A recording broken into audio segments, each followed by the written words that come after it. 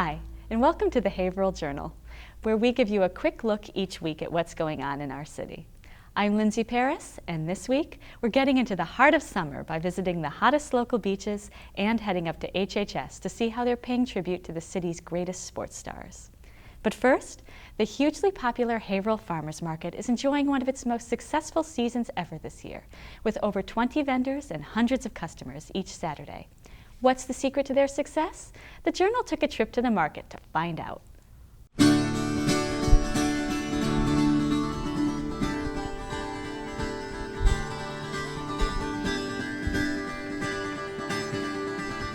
lot of the people who come visit the farmers market come back year after year, so you start to become friends with people.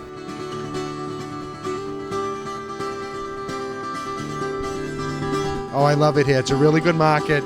People really respond well to it. They come out each week. It's really good. Yeah, I love playing at the farmers market. Aside from having to get up like at a regular person hour, that's tough. It's really good. Everyone's very welcoming. It's my favorite part of the week. It's like a big community center here. Yeah.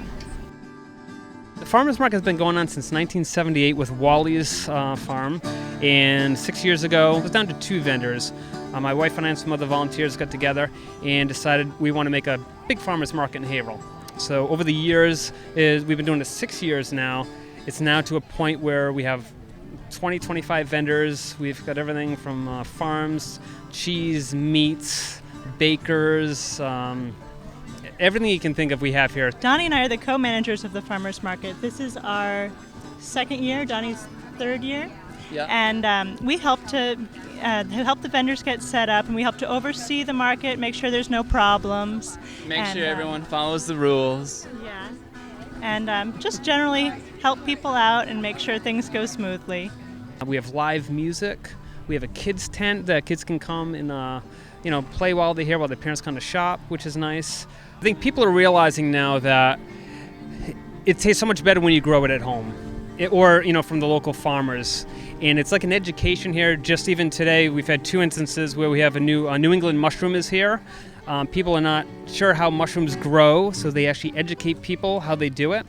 And then also with garlic scapes, people are like, what is that funny looking thing? Like, well, that comes from the garlic, and you can eat that and make garlic pesto out of it, and scape pesto. So people are really learning, and they see it on TV and everything about eating local and the benefits of it. And that's what we're providing here at the farmers market. Well, we started last year at the farmers market, so that's where we began. And we started here to basically test our recipes for our baked goods. And we opened at the shop in Bradford in mid-November. We have awesome sandwiches and salads and soups, and we have a great market too. How'd you get involved in farming? Well, it's more of a family thing, so I just kind of got included in the family, and now I start working here. So I farm every day and pick vegetables. Christmas Farm Stand, we offer a large variety of beets, lettuces, red rose, romaine, green leaf, and we offer a large amount of corn and just a lot of fun. Our business name is Madison Sweet Treats, and we have a residential kitchen in Bradford. So we make jam, and we do baked goods and gluten-free. So me and Madison, we go and pick all the berries for our jam, and then we make them together. I moved here when the farm here got passed down. My mother, she's from Haverhill originally. And I've done a CSA since then, and it's varied about how we've operated it. But we're still making it productive. And then I go home and harvest pecans in Oklahoma, and we bring those up here to sell. And then whatever we produce and have excess of at our home garden, we bring here to sell too. We just got married 3 weeks ago, and we're so excited to be here.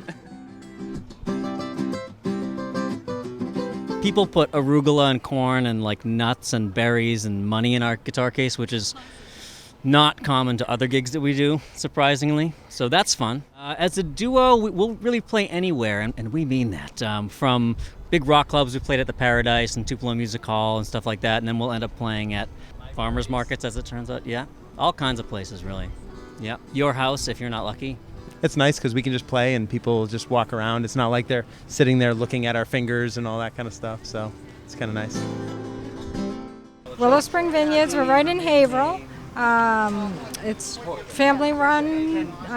We grow grapes, make wine. We have honey. We have French hybrid and Cabernet Franc, Chardonnay.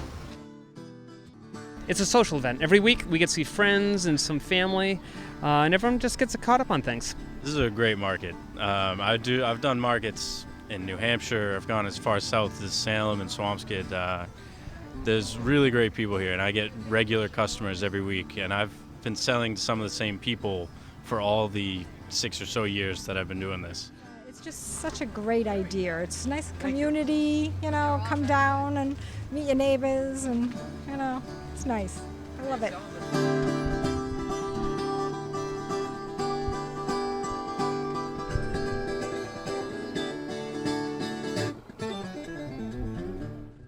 Let me tell you, everything there is so good. You can visit the farmers market every Saturday from 9 to 1 at their location on Bailey Boulevard next to the police station. We're right in the heart of summer here in the Merrimack Valley, and who here doesn't have fond memories of spending sweltering days at the beach? Far be it from us at the Haverhill Journal to turn down an opportunity to play hooky. So we packed our sunscreen and cooler and hit the beach.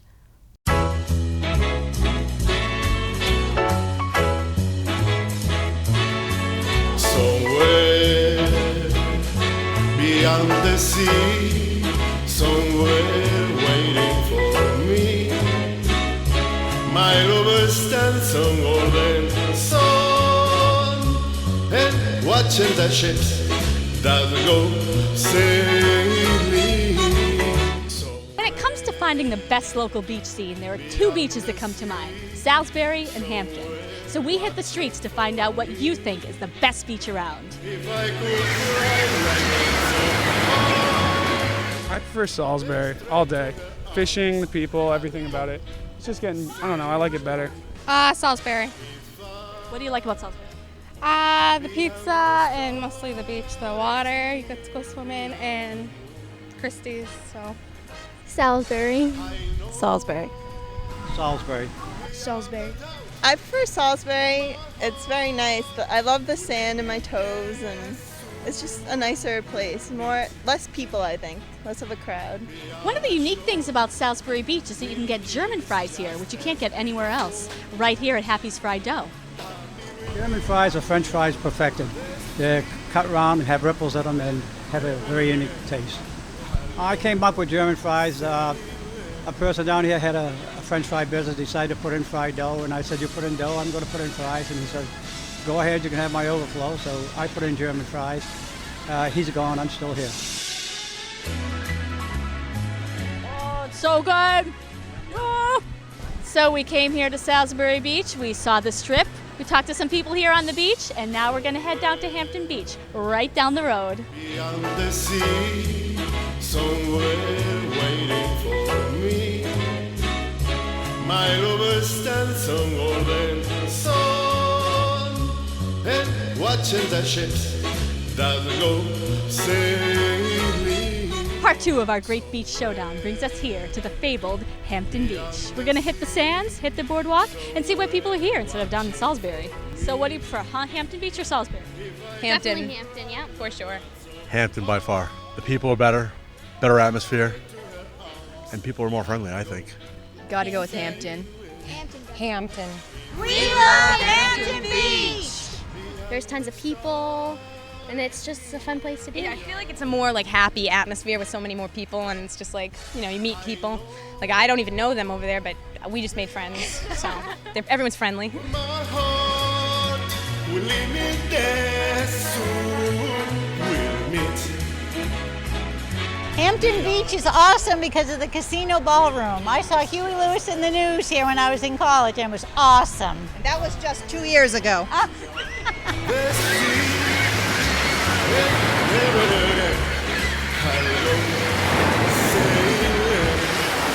I just like Triple E's because I like the crust, it's crispy, I like the taste of the sauce, it's sweet, and I like the cheese on it. Triple E's Pizza. Triple E's. Triple E's, definitely. Triple E's. Definitely Triple E's. Triple E's pizza. You gotta love it. It was built in 1924. The first one was in Lawrence, and then this one showed up around 1945. It was the first one before Christie's. We were here before Christie's, yeah. We hand roll our dough and we make it ourselves. Christie's, they don't hand roll it. They have like a rolling machine. And we also, our dough takes 15 minutes as opposed to theirs takes 10 minutes. I'd say Christie's Pizza all day. Christie's, yep. Christie's. Christie's Pizza. Christie's Pizza. We love Christie's Pizza. Very good. Well, what makes our pizza special is that we have like the best sauce. It's not too sweet and it's just crispy. The crust is crispy, and we have all like fresh ingredients like the peppers, onions, and mushrooms. It's not like canned or anything. We freshly make it, and yeah. Salisbury, Hampton, Tripoli's, Christie's. Hey, different strokes for different folks. Everybody's got their favorites. All I know is right now I'm going to go get me some fresh fudge, fried dough, and caramel apples. I'm Lindsay Paris for the Haverhill Journal. I've got a sunburn and I'm about to get a stomachache, so see ya.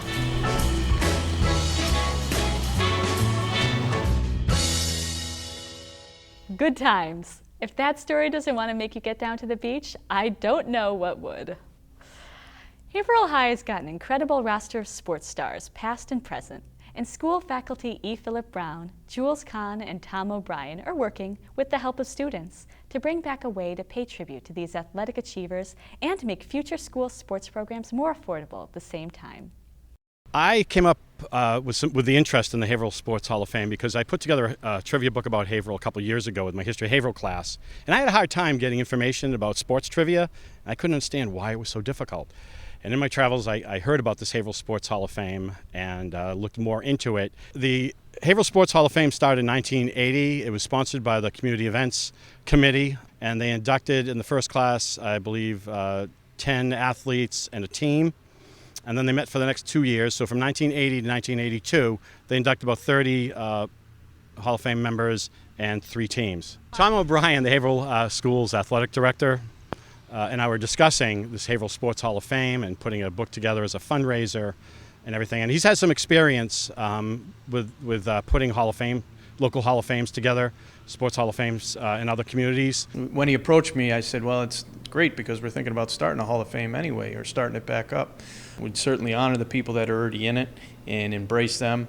But then start with some new inductions and really build this Hall of Fame. My name is Tyler Hannity. I'm a student at the University of Rhode Island. I just finished up my second year. I'm doing journalism, but focusing on hopefully sports journalism. When Mr. Brown had approached me with the opportunity to be a summer intern and help him out with the Haverhill Sports and Trivia book, I saw it as a great opportunity to learn about the sports in Haverhill. There's a lot of cool stuff that people wouldn't know about. 1920s, as late as early 1930s, the Yankees had come and they played at Haverhill Stadium. They played Holy Cross, who at the time had a very talented and well-renowned baseball program. Holy Cross was actually beating the New York Yankees, which at the time had both Babe Ruth and Lou Gehrig on the team. They were winning for a while, but later in the game, the Yankees had come back with a couple sacrifice flies, and they beat Holy Cross. The Yankees beat Holy Cross 12-9. First of all, sales from the book that they're working on, the proceeds will go towards the athletic department. And you know, most people, it's well publicized. We have user fees here, and we've done a great job of reducing those over the past several years. But we still do have a user fee, and there's some students out there that, quite frankly, can't afford to play sports. So this money will go to help us offset and essentially provide sort of scholarships for those to play sports. Proceeds from the sales of the books and from advertising and sponsors is going to go to reducing school sports fees.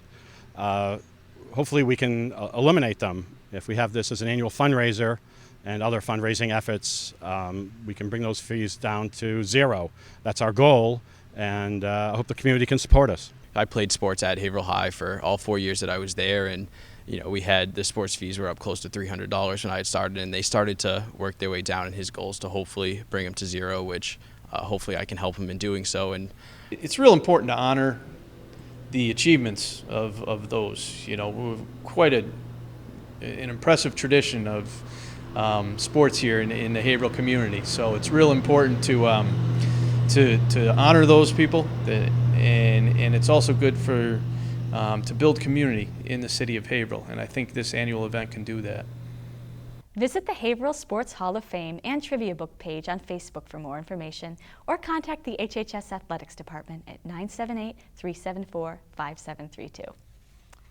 If you love a ruckus, there's no better place to be than downtown Haverhill this September 6th. That's right, it's River Ruckus time again.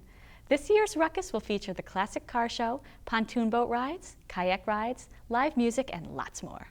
The Rotary Club's Rubber Duck Regatta is being held again in conjunction with the Ruckus, so now's the time to adopt your duck for the chance to win $10,000. For more information, visit facebook.com/riverruckus or facebook.com/rubberduckregatta. If you have a story or event you'd like to see featured on the Haverhill Journal, call us at 978-372-8070 or email info@mediahc.org. And don't forget to like us on Facebook or at our YouTube channel, HCTV Haverhill. And that's what's happening in Haverhill the week of August 7th. I'm Lindsay Paris, and we'll see you next time.